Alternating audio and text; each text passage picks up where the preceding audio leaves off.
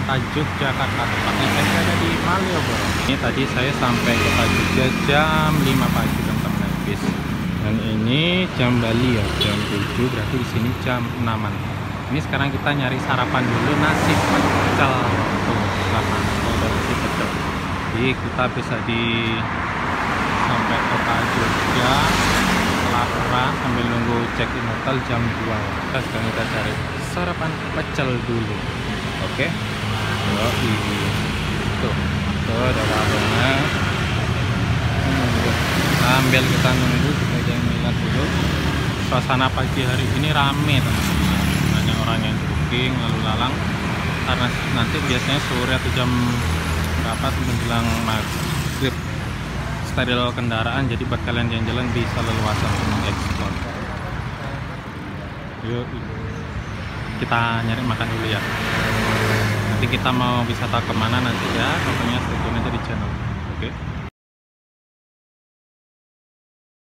teman-teman, singkat cerita saya sudah berada di penginapan. Tadi saya sempat jalan-jalan atau opening di kota Jogja. Jadi ceritanya tuh gini teman-teman, ada beberapa cerita yang menurut saya itu cukup unik. Pertama, itu saya pas berangkat menggunakan salah satu bis dari Denpasar menuju Jogja itu, kita sempat mengalami tragedi hampir, istilahnya tuh kayak ada bapak-bapak yang memotong jalur bis kita teman-teman. Jadi bapaknya itu dari kiri jalan, mau belok, langsung motong dari jalur bis yang saya naiki, sehingga nyaris ditabrak. Mungkin untuk bapaknya itu kali selalu berhati-hati dalam mengendarai sepeda motor teman-teman, supaya tidak juga merugikan orang lain maupun orang di sekitarnya. Karena menurut saya itu posisi bapaknya itu sebelah kiri, bis kita di lajur kanan. Nah, bapaknya itu mau nyebrang, memang bapaknya itu menyalakan lampu sen untuk menandakan mau belok ke kanan, tapi cara beloknya bapaknya itu cukup membahayakan teman-teman. Jadi nyaris sekali ditabrak oleh bis yang saya naikin. Habis itu yang tragedi yang kedua itu ketika saya nyebrang dari Pulau Bali ke Pulau Jawa, tepatnya di Pelabuhan Gilimanuk. Nah, itu ada satu tragedi teman-teman yang menurut saya itu cukup tragis. Jadi ada salah satu penumpang yang satu kapal dengan saya itu, dia lompat ke pantai. Entah itu motifnya seperti apa, entah dia itu lompat atau terpleset. Yang jelas dia itu, bapaknya itu dia terjun dari kapal ke laut teman-teman. Ya, semoga bapaknya itu cepat ditemukan dalam kondisi yang selamat. Habis itu juga kita tuh sempat kapal kita naik itu muter-muter untuk mencari keberadaan bapak itu, yang katanya itu juga satu kapal, bahkan satu bis juga katanya dengan satu bis yang saya naikin. Tapi setelah ditanya-tanya, setelah di cross check, ternyata tidak satu bis teman-teman.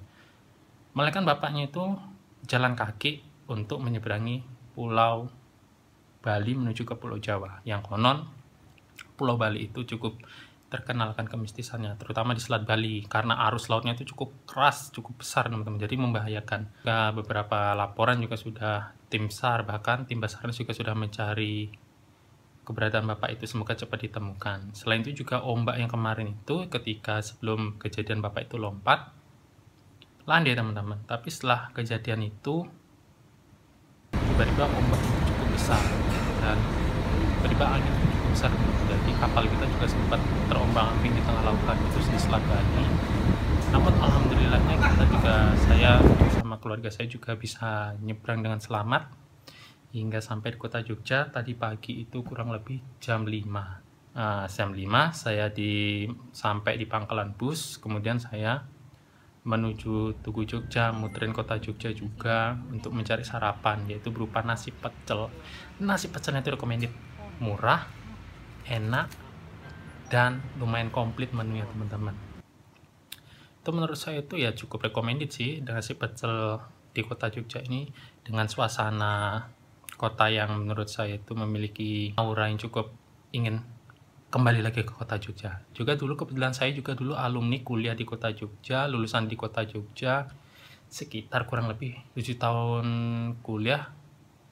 Itu saya terakhir ke Jogja itu 2021, sampai 3 tahunan baru saya kembali lagi ke sini karena ada beberapa acara teman-teman. Jadi nanti saya bakalan Kalau sempat saya bakalan jalan-jalan, bakalan ekspor kalian kota Jogja, menelusuri kota Jogja. Pokoknya nanti kalau saya sempat pasti bakal saya upload di channel saya teman-teman. Jadi perjalanan ke Jogja kali ini cukup diwarnai oleh bukan adegan sih, kayak dibilang itu kayak suatu tragedi yang nggak kita harapkan teman-teman. Yang namanya musibah, yang namanya nasib itu kan kita nggak bisa menentukan.